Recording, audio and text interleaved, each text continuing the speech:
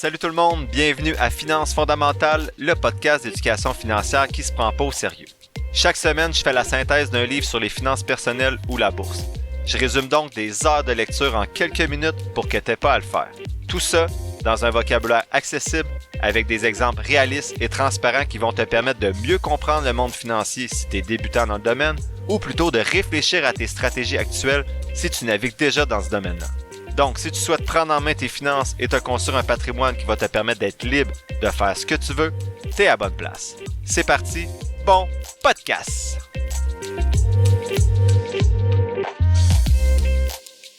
Bienvenue tout le monde, très content d'être avec vous pour ce 35e épisode de Finances fondamentales. Aujourd'hui, un livre que j'avais très hâte de vous synthétiser, en fait j'avais hâte de le lire et ensuite de vous le synthétiser. Le troisième livre de Pierre-Yves McSween qui a été écrit en collaboration cette fois-ci avec PAGT, qui s'intitule La facture amoureuse, qui a été publié en 2022.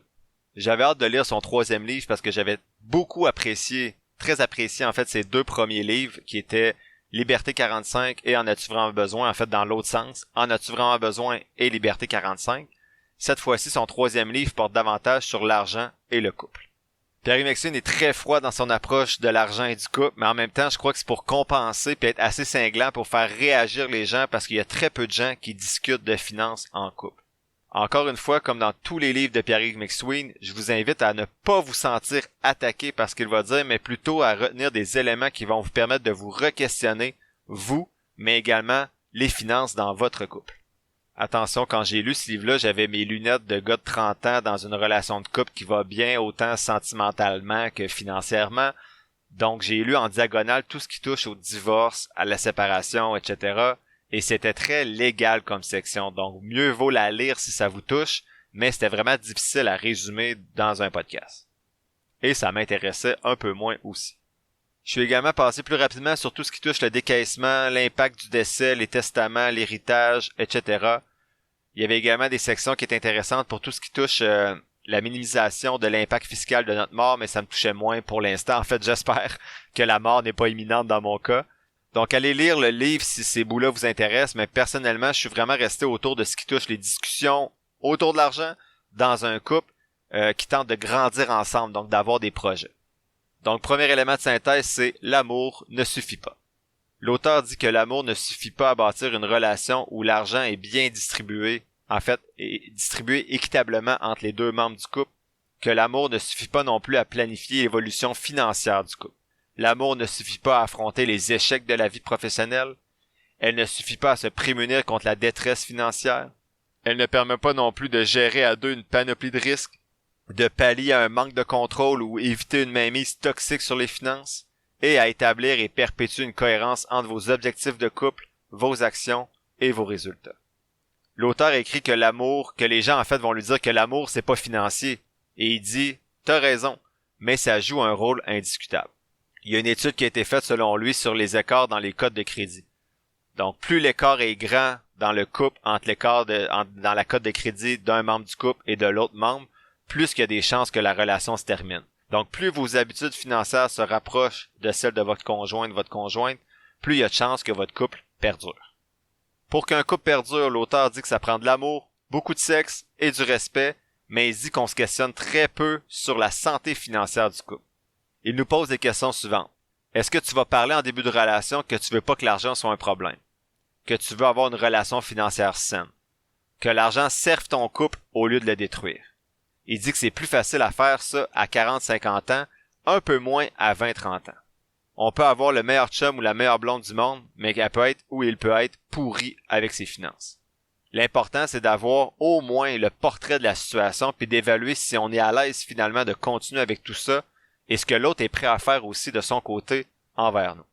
Ceux qui ont écouté l'épisode 1 connaissent un petit peu mon histoire, donc j'ai toujours été économe, mais j'ai jamais investi. Donc j'ai jamais eu de crainte, moi, de manquer d'argent dans mon compte. J'ai toujours eu un bon coussin financier.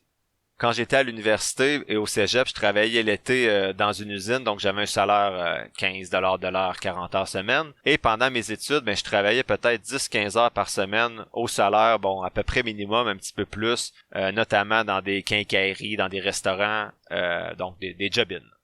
Quand j'ai rencontré ma conjointe, elle avait un travail, elle, pendant les études, elle travaillait 30-35 heures semaine à 30$ de l'heure. Donc, elle faisait beaucoup plus d'argent que moi pendant nos études universitaires.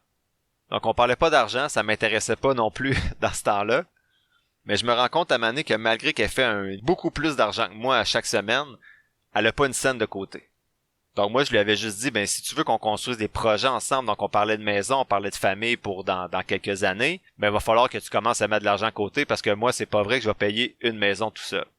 Donc à ce moment-là, je pense qu'on avait à peu près 20 ans, puis à 24 ans, on s'est acheté notre première maison, donc elle a fait vraiment un virage à 180 degrés. Donc même si ma conjointe est toujours encore un peu plus dépensière que moi, elle a vraiment fait un gros bout de chemin de ce côté-là. Elle épargne beaucoup plus. Puis maintenant, ben, elle investit par l'entremise de son compte de courtage avec des FNB passifs indiciels faciles à utiliser. Donc la morale, c'est d'avoir une transparence financière. Donc c'est une preuve d'engagement puis ça diminue les futurs conflits potentiels. Donc si on n'avait jamais parlé de nos objectifs de couple, d'avoir une maison, une famille puis de pas avoir de problèmes financiers, mais peut-être ça aurait pris un peu plus de temps avant qu'on diminue les dépenses du côté de ma conjointe puis qu'on soit capable ensemble d'acheter une première maison. Mais pour ça, il faut être prêt à s'ouvrir à l'autre et à discuter avec l'autre, mais surtout à agir ensuite, ensemble, pour atteindre les objectifs qui sont fixés. L'auteur dit que l'argent fait pas le bonheur, mais l'argent permet de maintenir une certaine flamme grâce à une certaine escapade à Milan plutôt que de vivre dans l'incertitude dans un demi-sous-sol. Il dit que quand il écrit ça, l'éditrice lui a réagi en disant que c'est facile à contester parce qu'à moins que tu cours après l'argent pour manger, t'as pas besoin d'une escapade à Milan ou même à Laval sur le lac pour maintenir la flamme. Donc l'auteur disait être d'accord, et j'avoue moi aussi être d'accord. Pas besoin nécessairement d'avoir des milliers de dollars pour maintenir la flamme dans un couple en faisant des voyages, mais je pense qu'avoir une santé financière en couple, ça diminue les conflits potentiels qu'on peut avoir. Donc pour se défendre face à son éditrice, l'auteur disait que l'argent permet d'acheter la possibilité de faire ce qu'on veut et d'éliminer les contraintes des désirs amoureux. Donc c'est un fait, avoir plus d'argent donne accès à une multitude de choses et permet de réaliser la plupart de ses rêves. J'avais écouté un autre podcast où il y avait des statistiques qui faisaient une corrélation entre le bonheur et l'argent. Et ce que les études avaient montré, c'est au début, le bonheur augmente rapidement en même temps que l'argent augmente parce que tes besoins de base sont mieux comblés. Mais il y avait un certain point de rupture, je me rappelle plus exactement, mais il me semble que c'est quand tu avais certains besoins non essentiels qui étaient comblés, comme manger quelques fois au restaurant, faire du sport, voyager peut-être une fois ou 2-3 ans. Ben une fois que ces besoins non essentiels-là principaux, on pourrait dire, sont comblés, ben là, le bonheur augmente plus tranquillement ou augmente plus du tout, même si l'argent continue d'augmenter. Donc, même si ton revenu continue d'augmenter, ben à un moment donné, ton bonheur augmente plus nécessairement à la même vitesse que tes revenus. Donc, ça montre que le bonheur, en fait, va être influencé par l'argent à un certain point, mais après ça, il va falloir que tu ailles chercher ton bonheur ailleurs qu'avec ton argent. Le deuxième point, c'est parler d'argent en couple, mais on parle de quoi? Donc l'auteur dit qu'il ne s'agit pas de tout prévoir et de tout couler dans le béton ensemble, mais au moins de s'entendre sur des intentions communes et d'ouvrir le dialogue. Il nous pose encore une fois des questions, donc je vous les pose. Est-ce que tu connais le revenu exact de ton conjoint ou ta conjointe? Est-ce que tu connais son actif et son passif? Est-ce que tu serais en train de le subventionner de façon disproportionnée? Est-ce que tu fais un suivi des comptes? Il mentionne que s'occuper de ses finances, il sait que c'est plate puis c'est turn-off.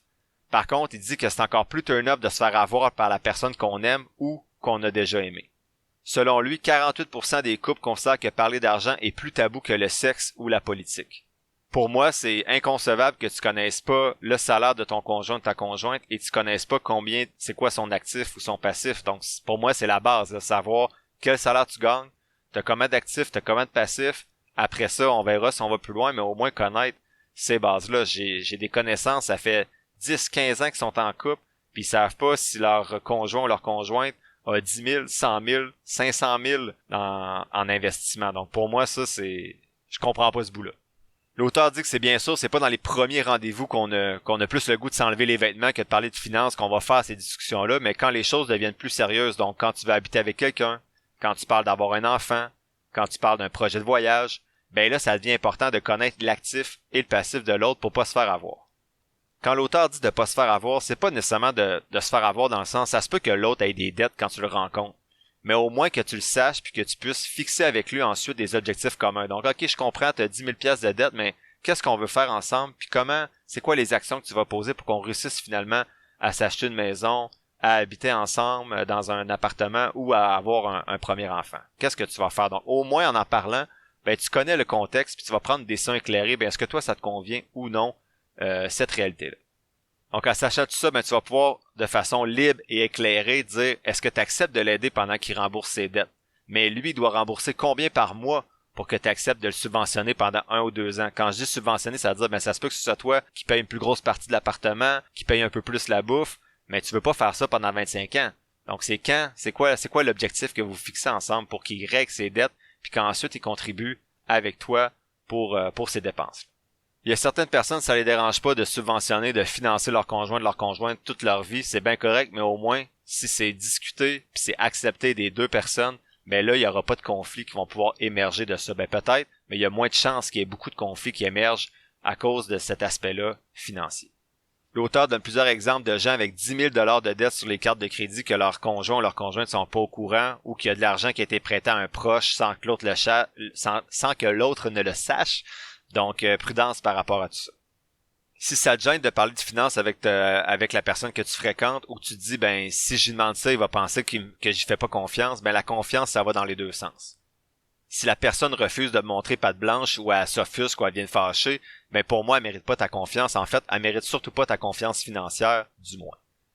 Pour qu'une réelle confiance s'installe dans un couple, l'auteur dit qu'il doit avoir une gestion transparente et assurer une vérification continuelle des objectifs communs et des actions qui ont été déterminées ensemble dans le couple. Donc, vous pouvez faire des pauses maintenant, je vais ou y revenir plus tard au besoin, mais je vais vous donner plusieurs exemples de questions à vous poser que l'auteur propose ou à se poser en couple. Donc, peut-être que certaines vont vous intéresser. La première série de questions à poser correspond aux objectifs qu'on veut se fixer en couple. Selon lui, on doit s'entendre sur des objectifs financiers individuels et communs qui vont influencer l'avenir du couple, ses capacités financières et bien sûr, la façon de dépenser. Donc, premier élément de discussion en couple sur les objectifs, c'est quel est le niveau d'endettement qu'on veut avoir? C'est quoi pour nous un niveau d'endettement acceptable et quel train de vie qui nous convient par rapport à ce niveau d'endettement-là? Donc, est-ce qu'on va être endetté à 60% de nos revenus nets, à 40% de nos revenus nets? Est-ce qu'on va avoir aucune dette aussi en couple? Ça se peut. Donc ça, il faut que ce soit discuté. Ensuite, quels sont vos objectifs d'épargne? Quel taux d'épargne vous voulez atteindre? Combien d'argent vous voulez dans votre fonds d'urgence? Est-ce que vous voulez mettre de l'argent dans le régime épargne études enregistré de votre enfant ou de vos enfants? Ensuite, le lieu et le mode de vie. Est-ce que vous voulez habiter en campagne, en ville, en appartement, dans une maison, dans un condo, chez vos parents pendant un bout? Donc ça, c'est des discussions également à avoir sur les objectifs du couple. Ensuite, quatrième point, bien sûr, les enfants. En voulez-vous? Combien? Faut bien sûr discuter des dépenses. Donc, qu'est-ce qui est financé avec un budget commun? Est-ce que le skidoo, c'est le budget commun? Est-ce que c'est plus le conjoint ou la conjointe qui va l'utiliser davantage? La bière et le vin à l'épicerie, est-ce que les deux payent? S'il y en a un qui boit pas, est-ce qu'il contribue quand même, vu que ça fait partie de l'épicerie? C'est quoi nos priorités dans les dépenses? Est-ce qu'on veut mettre la priorité sur des voyages? Est-ce qu'on veut mettre la priorité sur des restaurants, des vêtements, des activités sportives? Des soupers entre amis, quelles sont vos priorités? Ensuite, discutez lorsque vous commencez à investir sur la prise de risque. C'est quoi les types de revenus qu'on va avoir? C'est quoi le risque qu'on veut prendre dans nos placements? Est-ce qu'on veut se lancer dans l'immobilier? Et enfin, il faut parler aussi de ses rêves. C'est quoi nos aspirations en couple? Il faut que ce soit réaliste, bien sûr, selon les salaires et la répartition. Sinon, qui décide? Est-ce que c'est la personne qui ramène le plus d'argent qui décide si c'est elle qui contribue à payer 70% de tous les biens, de tous les voyages qu'ils font? Ou est-ce que la personne qui paye moins a quand même son mot à dire sur les voyages qui vont être faits, même si elle contribue moins au paiement de ce voyage-là? Donc, à tout ce que je viens de vous poser, il n'y a pas de bonne réponse, mais c'est des sujets qui doivent être discutés et ça ouvre justement la discussion avec le conjoint ou la conjointe pour éliminer les zones grises sur la répartition des dépenses par rapport au salaire. L'auteur compare ces sujets de discussion-là à la conduite automobile. Donc, selon lui, tu dois regarder loin devant pour voir les obstacles avant et les éviter facilement. Si tu regardes toujours juste 5 pieds devant toi, ben tu vas zigzaguer pas mal puis tu vas pogner le clos assez vite pour éviter les obstacles. Tu as donc intérêt en couple, pour tes finances, à regarder loin devant puis à discuter avec ton copilote qui est ta conjoint ou ta conjointe de la route et de la destination à atteindre pour prévoir les coûts d'avance et non réagir rapidement avec du crédit, par exemple, à des obstacles que vous allez rencontrer. L'auteur dit que les objectifs doivent être SMART, donc c'est le même modèle que pour les changements d'habitude de vie qu'on utilise dans nos études scientifiques. Donc l'objectif doit être spécifique, mesurable, ambitieux, réaliste et temporel. Donc exemple, si vous vous dites « je veux avoir un bon coussin pour faire face aux imprévus », ben ça c'est trop vague. Si vous dites « ben je veux atteindre ma cotisation maximale de 6 000 $ dans mon CELI en épargnant 115 $ et 38 par semaine pour avoir un bon fonds d'urgence d'ici 12 mois, ben ça, c'est un objectif qui est smart. D'abord, il est spécifique. On veut un fonds d'urgence de 6 000 dans le CELI. Il est mesurable. Je vais mettre à peu près 115 $ par semaine. Il est ambitieux, donc faut pas que ce soit trop facile parce que sinon c'est pas motivant, mais si toi ton défi c'est de respecter un budget, bravo. Si c'est épargner 50 $ par mois, c'est un défi ok, mais ça dépend de chacun. Donc peut-être que toi ton défi ça sera pas 115, ça va peut-être être 50 ou ça va peut-être juste de respecter ton budget. Ça c'est propre à chacun, mais l'ambition va dépendre, bien sûr, va plus être individuelle. Ensuite, l'objectif doit être réaliste, donc si c'est trop difficile, ça va te décourager. Si économiser 115 $, ça te force à garder ta maison à 14 degrés l'hiver et à dormir 3 heures par nuit, ben c'est peut-être pas réaliste comme objectif. Et temporel, dans l'exemple que j'ai donné, c'est dans 12 mois qu'il veut que son fonds d'urgence soit plein. Donc, s'il n'y a pas de temporalité, c'est trop difficile c'est trop facile plutôt de remettre ça plus tard. Donc, j'en ai parlé dans l'épisode 7 et l'épisode 9 sur certaines personnes qui avaient de la difficulté à agir. Donc, l'auteur propose 3 objectifs SMART. En fait, 3 exemples d'objectifs SMART. Donc, le premier, pour établir un plan de remboursement d'une dette, par exemple, vous pourriez dire, je vais faire un paiement mensuel de 250 $ par mois afin de terminer le paiement de mes dettes avant mes 30 ans. Pour le fonds d'urgence, donc je vais épargner dans un compte une somme d'au moins 5 000 $ d'ici 2 ans à raison de 210 $ par mois pour constituer un fonds d'urgence. Et si vous voulez mettre de l'argent dans le régime épargne-études de vos enfants, vous pourriez avoir l'objectif suivant, soit faire la cotisation annuelle qui optimise les subventions gouvernementales pour chaque enfant dès sa naissance afin d'atteindre le plafond à vie du programme Régime épargne-études enregistré. Pour moi, celui-ci est un petit peu plus flou, pas fou, mais ça vous donne des exemples que l'auteur utilisait dans son livre d'objectifs SMART. Deuxième catégorie de questions, discussions que vous pouvez avoir en couple, ça va toucher la répartition des dépenses. L'auteur dit que c'est important de faire une répartition avec laquelle les 2 membres du couple sont à l'aise parce que la survie du couple est pas du tout assurée. Donc ça se peut que tu aies payé pendant 5, 10, 15 ans pour faire vivre quelqu'un, puis finalement à part avec ton meilleur ami, puis tu dois en plus lui payer une pension.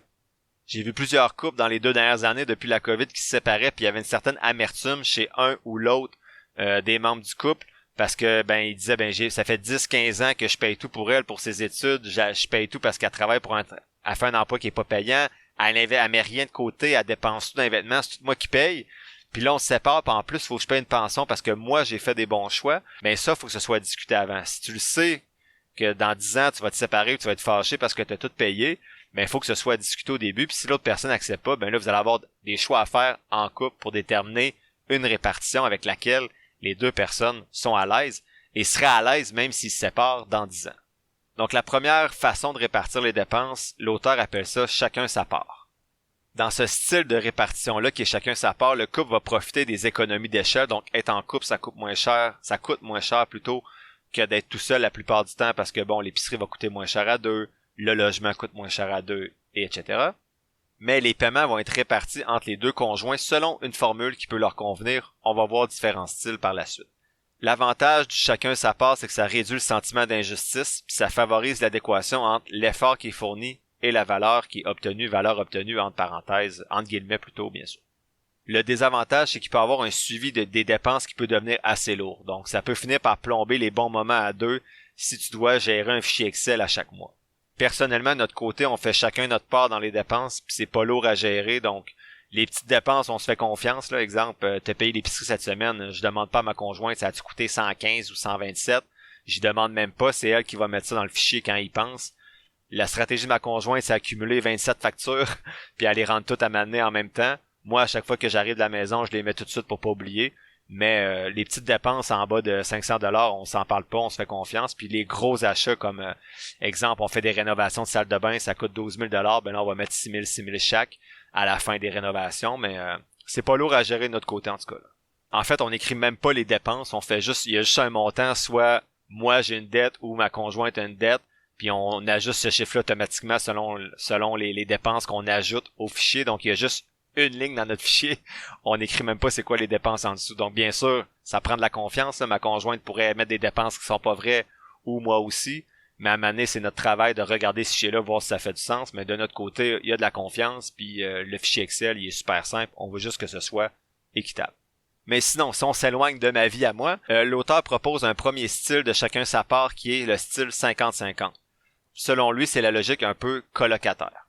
Personnellement, je l'ai expliqué dans les épisodes précédents, c'est notre logique à moi et ma conjointe aussi. On paye chacun nos choses toujours. En fait, on paye chacun moitié-moitié les choses familiales et les choses individuelles qui nous concernent. Exemple, je vais m'acheter une raquette de tennis, ben c'est moi qui la paye, mais si on achète l'épicerie, on paye ça moitié-moitié. L'auteur dit que cette stratégie-là fonctionne moins bien s'il y a une des deux personnes qui fait plus d'argent puis qui souhaite avoir, en fait, qui a des plus gros besoins, qui veut faire des plus grosses dépenses. Donc, par exemple, je fais 200 000 par année, c'est pas vrai, là, c'est un exemple. Ma conjointe fait 50 000.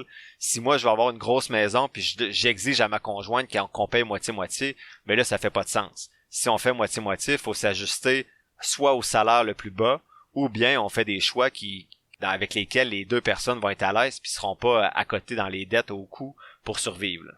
Donc l'avantage du style 50-50, c'est que ça enlève la lourdeur qui était mentionné tantôt avec le fichier Excel, là, parce que tu n'as pas besoin de calculer des 80% de dépenses, 20% de dépenses, c'est vraiment moitié-moitié. C'est pas le cas des méthodes suivantes qu'on va voir ensemble. Donc le deuxième style de chacun sa part, c'est le pourcentage de la rémunération. Donc à moins d'avoir des salaires qui sont stables, ça peut être difficile et mener à des conflits. Donc, par exemple, si tu fais 200 000 $ puis que ta conjointe fait 100 000 $, ben, tu devrais payer 2 fois plus de dépenses que ta conjointe parce que tu fais 2 fois plus de salaire. Donc, vous comprendrez que ça peut être difficile si quelqu'un est travailleur autonome puis son salaire varie chaque année, chaque mois, donc ça peut devenir difficile à calculer. Et également, l'auteur pose des questions, donc est-ce qu'on utilise le salaire brut ou le salaire net? Donc, ça peut changer. Si quelqu'un est entrepreneur, il y a peut-être des dépenses à déclarer puis son salaire net, ben, est pas tellement différent de son salaire brut alors que l'autre, le salarié va peut-être avoir plus d'impôts à payer. Est-ce qu'on considère les salaires sous la table? Si un des deux membres du couple travaille au noir, est-ce qu'on considère ce revenu-là? Est-ce qu'on considère une prime de fin d'année dans la répartition des dépenses? On remet à jour le calcul à quelle fréquence? Est-ce qu'on fait ça à chaque semaine, à chaque mois, à chaque année? Est-ce qu'on comptabilise le régime de retraite si un des deux membres du couple en a un dans le calcul de la valeur salariale de chacun des membres du couple? Si un des deux a un avantage au travail, donc voiture fournie par la compagnie, cellulaire fourni par la compagnie, est-ce qu'on comptabilise ça dans le calcul? Comment on fait? Donc, vous voyez que rapidement, ce style-là, selon la rémunération, peut amener, peut être un petit peu plus lourd à gérer dans le couple. Donc, l'auteur dit que cette stratégie-là, ce style-là, c'est un puits sans fond d'obstination financière. Le troisième style du chacun sa part, c'est en fonction de la consommation de chacun. Donc, qui utilise plus Internet, il va payer un petit peu plus. Qui boit plus de vin, il va payer un petit peu plus pour le vin.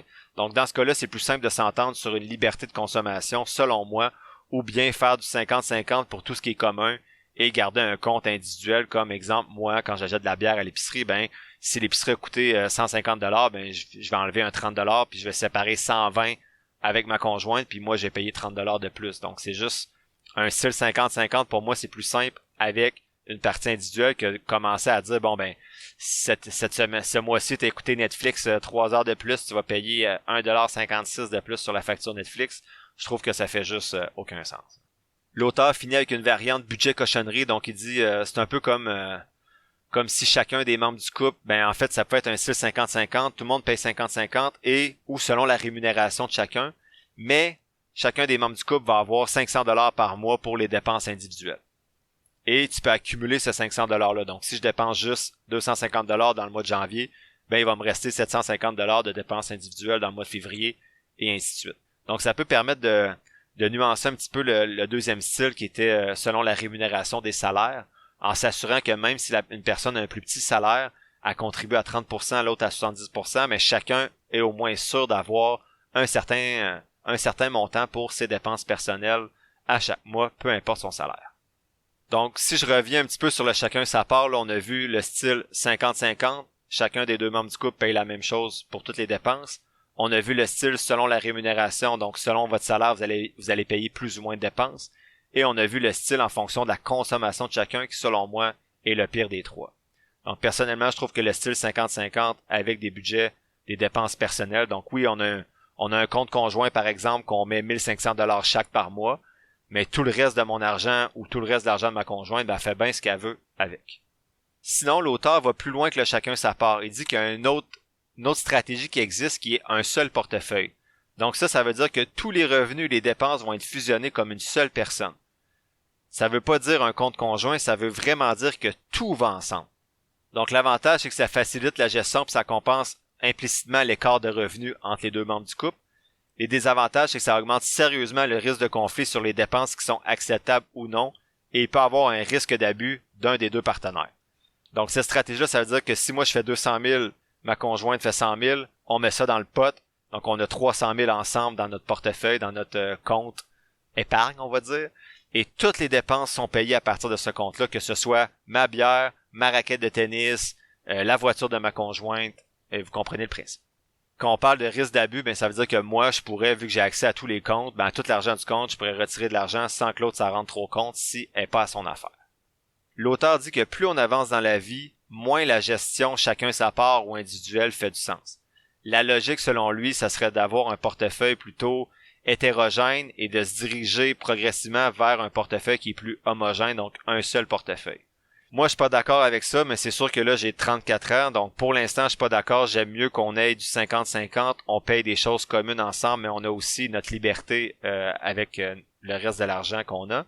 Mais peut-être que quand on va approcher de la retraite, qu'on va être à la retraite, peut-être qu'on va dire, ben garde, on met tout ça ensemble, vu que on le sait maintenant qu'on va mourir ensemble, donc on met tout ça dans le même pot, mais pour l'instant, on dirait que j'aime mieux que chacun ait son indépendance un petit peu financière.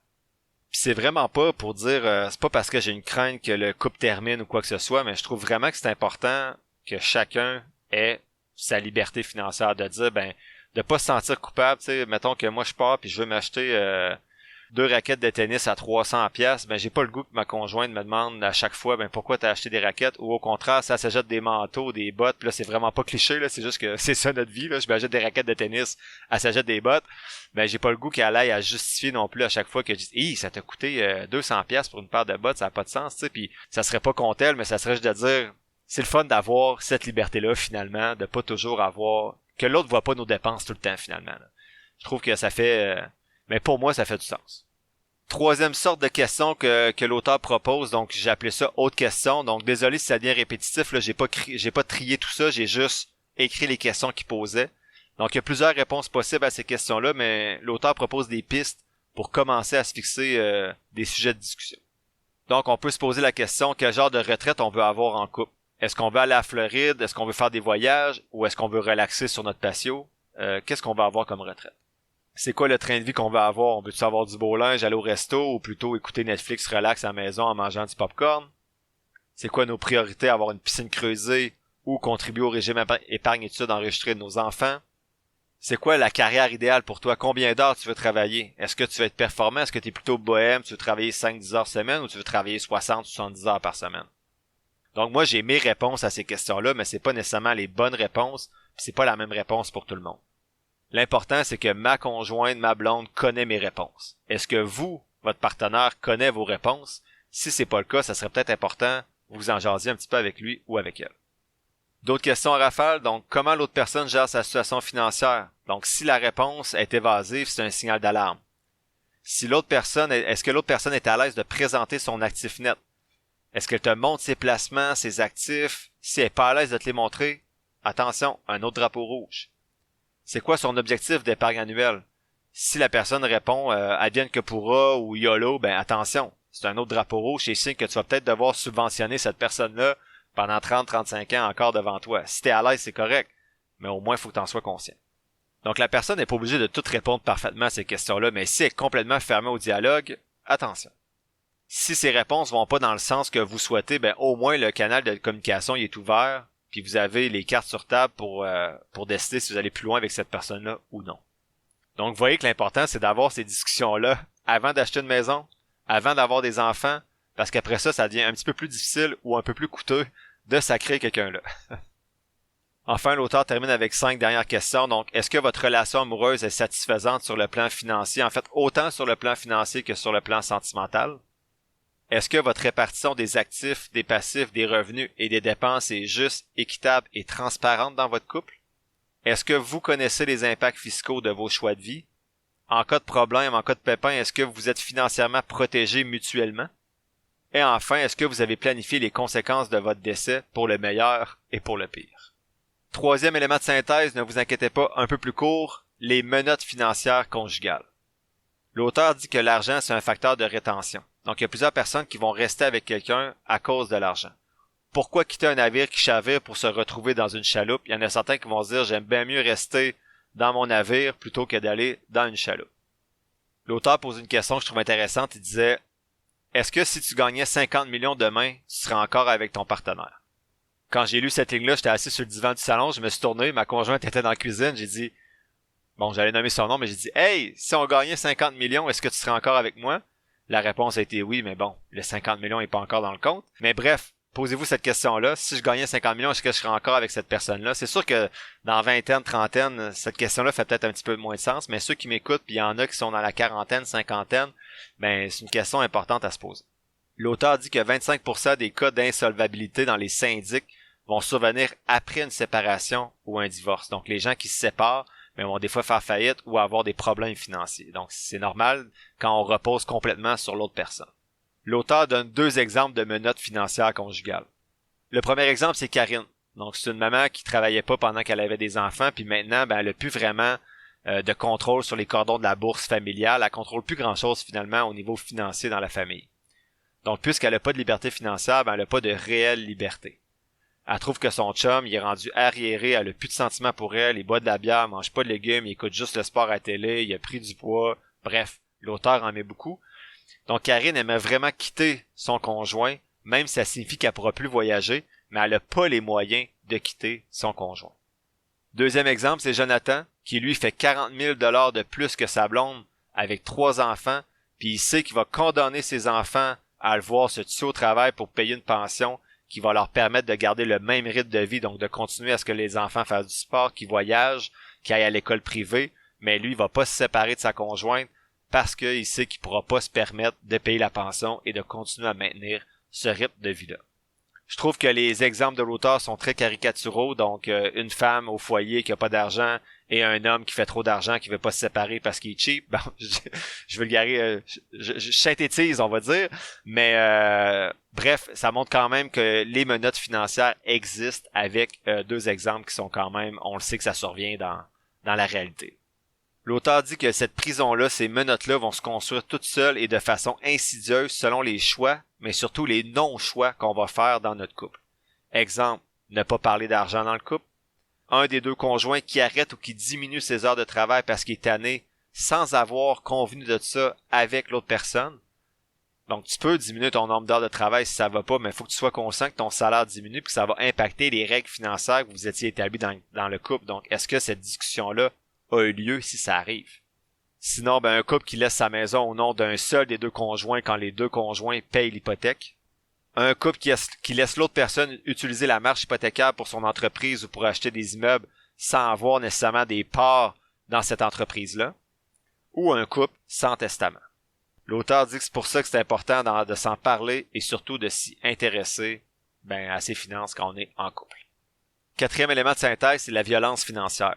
Donc, vous allez voir, selon l'auteur, on a tous certains traits dans ceux que je vais vous présenter, mais ça ne veut pas dire nécessairement qu'on fait de la violence financière. Donc, cette violence-là financière va s'insinuer parfois, en fait souvent, subtilement et de façon involontaire, sans nécessairement avoir des mauvaises intentions envers notre partenaire. Même que parfois, l'intention première, c'est de protéger l'autre. Donc, parfois, c'est volontaire, par contre. Il y en a qui vont faire de la violence financière volontaire, donc il va y avoir des malaises et des abus de pouvoir, puis ça, c'est réellement un problème. Donc, je vous nomme les principaux signes de manifestation de la violence financière. Donc, ça peut arriver lorsqu'il y a une différence marquée des revenus. Donc, un des 2 membres du couple fait plus de revenus, puis c'est lui qui décide comment ils vont se gâter, c'est quel resto qu'ils vont aller manger, quel voyage ils vont faire, puis il va juger que tout ce que l'autre achète, c'est trop cher. Donc, à cause que c'est lui qui paye, il va commencer à décider tout ce que l'autre personne peut faire d'un point de vue financier. Donc, l'autre personne va commencer à s'effacer tranquillement parce que, elle a plus de poids dans les décisions, puis elle va ainsi perdre son autonomie financière, puis ça va amener un déséquilibre dans le pouvoir qui peut être exercé au sein du couple. Deuxième signe de manifestation, c'est une dépendance financière d'un des 2 conjoints. Donc, avec l'exemple qu'on a vu, une personne qui va quitter son emploi pour s'occuper des enfants, c'est la condition parfaite pour une future violence financière. C'est pas mal de faire ça du tout, là, que ce soit la conjointe ou le conjoint qui reste à la maison pour s'occuper des enfants, mais ça va souvent avoir des conséquences futures si c'est pas discuté. Donc, c'est bien si le papa ou la maman prennent congé pour rester avec les enfants pendant 1 année, 2 années, 3 années, des fois même 5, 10 ans. Mais il faut que ce soit discuté puis que les règles financières qui vont suivre soient claires. Donc, OK, je reste avec les enfants, mais tu fais pas juste payer les dépenses en cotisant en plus 15 000 à ton CELI. tu dois donner la moitié de ce que tu cotises à ton CELI dans mon CELI aussi. Comme ça, si on se sépare, mais je me retrouve pas avec $0 d'investissement, puis pas de maison à mon nom. Donc ça, il faut que ce soit clair quand ces décisions-là sont prises. Troisième signe de manifestation d'une violence financière, c'est la centralisation du contrôle des finances. Donc, une des deux personnes n'aura pas d'intérêt pour les finances ou aura pas le temps de s'en occuper, ce qui peut en fait mener à un abus de l'autre personne qui va tout gérer les finances. Donc, une gestion abusive des comptes, un contrôle excessif, une infidélité financière, donc dépensant des choses sans le dire à l'autre personne, ou plutôt une gestion laxiste. Donc, un des deux s'en occupe, mais s'en occupe pas vraiment, paye toujours l'hydro en retard, paye pas l'hypothèque, dépense ailleurs pendant ce temps-là, donc ça peut être une problématique. Je vais être honnête avec vous, la centralisation du contrôle des finances, c'est mon cas avec ma conjointe. C'est moi qui gère tout ce qui touche l'argent dans la famille. Donc, vous voyez, c'est un signe qui pourrait être dangereux parce que c'est moi qui contrôle tout, mais je pourrais, à moyen et long terme, faire de la violence financière en essayant de surcontrôler tout ce qui touche les finances. Comment on essaie de contrecarrer ça, moi et ma conjointe, mais c'est qu'on fait une mise au point régulière à chaque année avec les chiffres à l'appui, donc souvent c'est dans le mois de décembre. Donc on s'assoit ensemble puis je dis voici ce que tu as investi ou t'es rendu, voici ce qu'on a dans l'argent familial, voici ce que j'ai fait cette année avec notre argent. Donc nous, c'est de cette façon-là qu'on essaie de diminuer les risques peut-être qui sont associés à cette centralisation-là du contrôle des finances. Mais honnêtement, quand j'ai lu ça, j'ai quand même une petite lumière qui a allumé puis dire faut que je sois prudent. Vu que je gère tout, moi j'aime ça, puis je veux bien faire, là, c'est vraiment, j'ai vraiment de la bienveillance dans tout ça, mais il faut que je sois prudent avec les signes, peut-être, justement, qu'on va se rencontrer à chaque mois de décembre avec ma conjointe, m'assurer qu'elle est encore à l'aise dans tout ça, puis lui laisser de la place si elle veut commencer à prendre plus de place dans la gestion des finances. Dernier signe de manifestation d'une violence potentielle financière, l'opposition dans les objectifs financiers. Par exemple, une personne veut épargner 25% de son salaire, l'autre le traite de cheap alors que l'autre se fait critiquer à la moindre dépense. Donc vraiment avec des objectifs financiers différents. Un se sent mal parce qu'il épargne, puis l'autre se sent mal à chaque fois qu'elle dépense, ça peut devenir lourd dans le couple. La règle de l'auteur, c'est que plus on transfère de son pouvoir économique à l'autre, plus on réduit sa propre autonomie financière et on pose alors les premières briques de notre propre cellule, de notre propre prison. L'auteur propose des questions qui frappent, là, des questions choc à se poser. Je vous les pose en rafale, puis vous verrez si pour vous ça fait du sens ou si ça réveille, en fait, si ça vous permet de réfléchir à certaines choses qui peuvent arriver dans votre vie financière, on va dire, dans votre couple. Donc, je commence. As-tu déjà critiqué de façon répétitive les dépenses de ton conjoint ou de ta conjointe? J'avais dit que je les lisais en rafale, mais celle-là, elle me rejoint beaucoup parce qu'il y a été un bout où quand j'ai commencé justement à épargner plus puis à investir, on aurait dit que de façon informelle, je m'attendais à ce que ma conjointe fasse la même chose. Donc qu'elle fasse plus, qu'elle commence à investir, qu'elle épargne plus, qu'elle augmente son taux d'épargne, alors qu'on n'avait jamais discuté ouvertement. Donc moi j'avais commencé ça, puis je m'attendais à ce qu'elle fasse les mêmes efforts que moi, alors que c'est pas son objectif à elle nécessairement. Donc sans critiquer chaque fois qu'elle achetait quelque chose, une nouvelle paire de bottes, un manteau, qu'elle allait se faire masser, sans critiquer, je questionnais toujours, tu sais, par exemple, comment qu'ils t'ont coûté les bottes? Ben ok, c'était pas sur ce ton-là, c'était comment qu'ils t'ont coûté les bottes? Vraiment, bon, c'était pas mal le même ton, mais bref, vous pouvez comprendre qu'elle était peut-être tannée des fois de pas répondre nécessairement à des commentaires qui remettaient en question son achat, mais toujours de devoir dire ils m'ont coûté 120, puis là je devais avoir les yeux qui roulaient un peu en disant 120$ sur 35 ans, 8% de rendement, tu sais. Fait que ça, faut être prudent aussi. Ça, j'ai été coupable, puis depuis peut-être 6-8 mois, je travaille vraiment sur moi pour éviter de poser ce genre de questions-là ou de faire des commentaires sur des dépenses qui me regardent pas du tout, là. Deuxième question, c'est as-tu déjà essuyé des critiques de la part de ton conjoint ou ta conjointe par rapport à ta gestion financière? Éprouves-tu certaines frustrations parce que l'autre dépense ou n'épargne pas suffisamment? Ton partenaire a-t-il imposé la maison ou un style de vie particulier dans votre couple? Laisses-tu ton conjoint prendre les décisions pour les achats importants? As-tu renoncé à avoir un compte de banque personnel? Ça, attention, gardez-vous toujours un compte de banque personnel. Payes-tu les dépenses courantes pendant que ton conjoint s'occupe de payer les actifs? Donc, est-ce que toi, tu payes l'épicerie, le gaz, les activités des enfants, alors que lui va payer la maison, le chalet, les placements? Prudence. Ça veut dire que lui, il enrichit son actif. Toi, tu payes les dépenses. Alors, si vous vous séparez, toi, tu te retrouves avec rien, puis lui, il se retrouve avec plein d'actifs. Est-ce que tu as une marge de crédit conjointe? Est-ce que tu y jettes un coup d'œil de temps en temps? Est-ce que tu as un compte conjoint? est-ce que tu le regardes de temps en temps? Est-ce que la gestion de tes comptes est centralisée dans les mains en fait, dans tes mains ou dans celui de ton conjoint ou ta conjointe uniquement? Ton conjoint ou ta conjointe a-t-il ou a-t-elle déjà effectué des dépenses personnelles sur sa carte de crédit sans la payer? En fait, sur ta carte de crédit sans te compenser, sans te donner un montant ou sans la rembourser? Est-ce que ton partenaire a déjà encaissé des avantages fiscaux te revenant sans te dédommager d'une quelconque façon? Donc, à maintenant, avec ma conjointe, on s'est rendu compte, quand elle était en congé de maternité, qu'elle recevait toutes les allocations québécoises, canadiennes pour les enfants. Puis là, j'y avais dit à ce moment-là, ben garde-les, tu sais, t'as arrêté de travailler, ça va compenser. Puis je payais certaines dépenses aussi pour que ce soit juste et équitable. Mais on s'est rendu compte plusieurs années après qu'elle soit plus en congé de maternité, qu'elle continue à recevoir dans son compte ces allocations-là canadiennes et québécoises depuis peut-être 2 ans qu'elle avait recommencé à travailler, puis on s'en est pas rendu compte. Puis quand elle s'en est rendu compte qu'elle recevait ces montants-là, ben elle a décidé elle-même de faire une rétroaction des 2 dernières années et de me donner le montant qu'elle me devait, la moitié de ces allocations-là. Donc moi, ça m'a permis de les mettre dans le régime épargne-études enregistré des filles parce que vous savez que j'avais 10 000 à mettre par année pendant un petit bout. Donc ma conjointe a décidé, moi j'aurais pas imposé cette décision-là, j'aurais juste dit, ben à partir de maintenant, tu me donneras la moitié à chaque mois. Mais ou à chaque 3 mois, je sais plus quand les allocations sont données dans le compte. Mais bref, est-ce que vous ou votre conjointe profitez d'avantages fiscaux sans les partager avec l'autre personne? Est-ce que tu as déjà été forcé d'investir dans un projet contre ton gré? Est-ce que tu as déjà parlé de séparation d'actifs en cas de rupture? T'as-tu déjà sacrifié ta carrière pour celle de ton conjoint ou ta conjointe ou pour t'occuper des enfants? Est-ce que la fiscalité et la gestion des déclarations de revenus sont entre les mains de ton conjoint ou ta conjointe? Est-ce que ton conjoint ou ta conjointe fouille dans tes données financières pour te surveiller, t'aider ou te gérer à ton insu? Donc, si vous avez répondu à l'affirmative à une de ces questions-là, ben vous êtes potentiellement exposé à une forme de violence financière. Ça ne veut pas dire que c'est le cas, mais ces situations-là que je viens de nommer sont propices à la violence financière, puis tu dois être vigilant face à ces situations-là. Donc, je vous dis, même moi, j'avais répondu oui à une ou deux de ces affirmations-là et j'ai travaillé sur ça depuis. Donc, j'essaie juste de laisser aller maintenant certaines dépenses en payant ma moitié sans poser de questions. Donc, je pense pas que je faisais de la violence, mais comme adulte, je peux comprendre que c'est pas toujours le fun de se faire questionner sur le pourquoi de ses achats. Donc, vous voyez, même moi, votre humble podcasteur, je ne suis pas encore parfait au niveau de ma relation à l'argent, on va dire, dans le couple.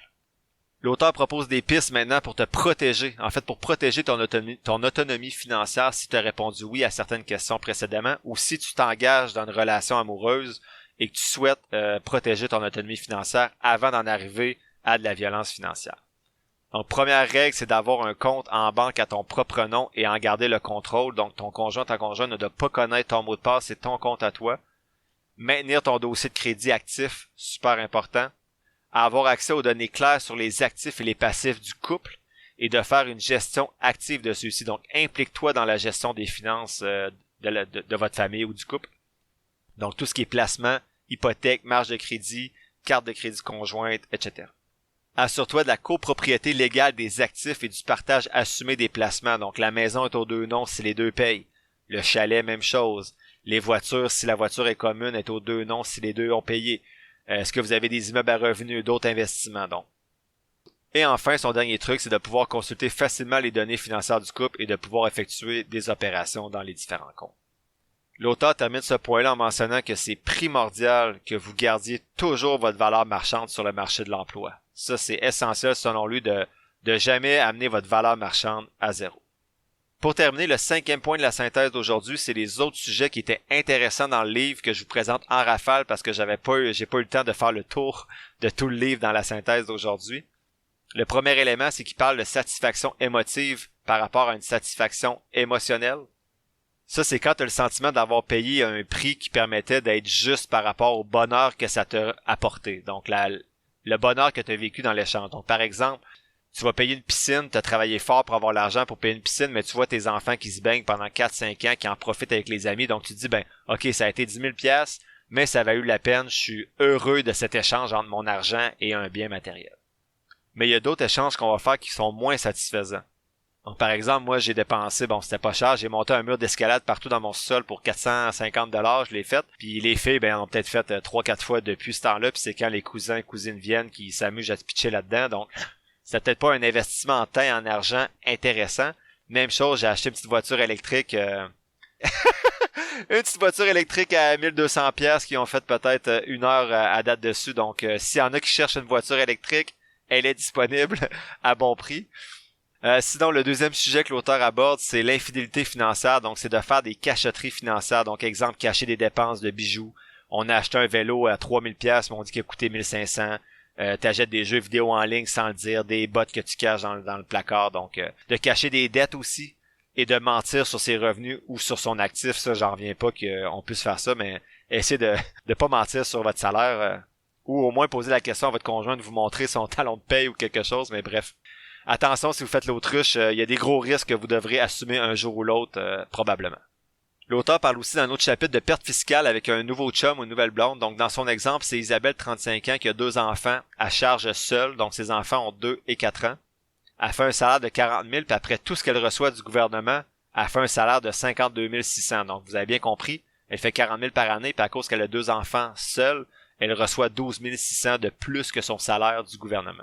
Ben, en fait, c'est plus que 12 600, elle reçoit 23 900 parce qu'elle était imposée avant, mais bref, elle fait plus d'argent avec après impôt qu'elle n'en fait avant impôt. Isabelle rencontre un conjoint qui fait 60 000 $ par année puis ils veulent aménager ensemble. En aménageant ensemble, elle perd 11 000 $ de bonus gouvernementaux, donc elle appauvrit le couple en aménageant ensemble. Est-ce que c'est un choix réfléchi? Elle perd net environ 918 $ par mois.